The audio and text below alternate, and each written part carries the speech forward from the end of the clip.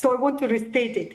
It's Israel's entire use of force in the Gaza Strip and the occupied Palestinian territory broadly that risks to be genocidal or criminal in nature, and states must act accordingly. There is no good Israel and bad Israel according to which side of the green line the ties have with the, for example, with the UK government have an effect into.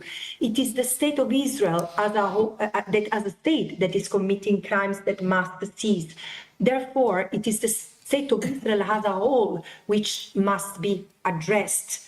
Imagine today to be discussing, does the UK have faced responsibility, liability or complicity in case of connection, military support, exchange of intelligence with apartheid South Africa in 1990 or 1991, 1992?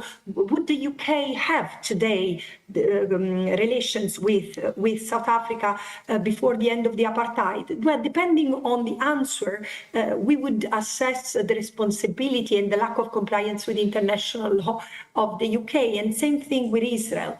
So the core international rulings and actions that I've referred to must also inform the more specific obligations by which the UK is bound. Most relevantly, the UN Arms Trade Treaty, which prohibits the transfer of arms to be used in breach of the Genocide Convention, the Geneva Conventions, among others. The frequent use of arms in the commission of great breaches of international humanitarian law, for example, violence by Israeli forces, soldiers, or Israeli settlers against Palestinian civilians, and the above-mentioned legal context lead to the conclusion that nothing short of a full arms embargo on Israel will suffice for the UK to start meeting its legal obligation. Finally, as a state party to the Rome Statute, the UK must comply with ICC requests for arrest and surrender of indicted individuals found in its territory as per Article 89 of the Rome Statute. These obligations fit into the UK's broader obligation under Article 86 of the Statute to cooperate with the ICC. And given ICC's arrest warrants for Netanyahu and Gallant, the UK is legally obliged to surrender these Israeli officials to the ICC, but also to initiate its own proceedings against people who might be responsible for crimes. I conclude by saying all this creates a situation in which the retention of ties by the UK with Israel is unacceptable. The longer the UK retains these ties, the more it contributes to legitimizing and normalizing the illegal and the festering of impunity. This failure to abide by long-standing international obligations alone might be sufficient to establish a case for criminal complicity in the actions of Israel. Indeed, lesser conduct, such as presence and moral support, has been found to meet the criminal threshold for complicity for individuals before international tribunals. And with this, I conclude, and I thank you very much. I'm sorry if there were some technical glitches. Thank you very much, Francesca, for your contribution and your very important testimony here.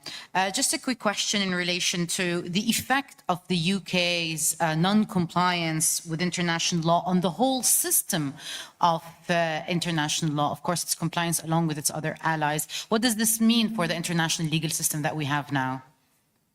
Well, there are, unfortunately, I will only have the possibility to answer this question, then I need to disconnect. But look, the answer can be given very briefly on two levels.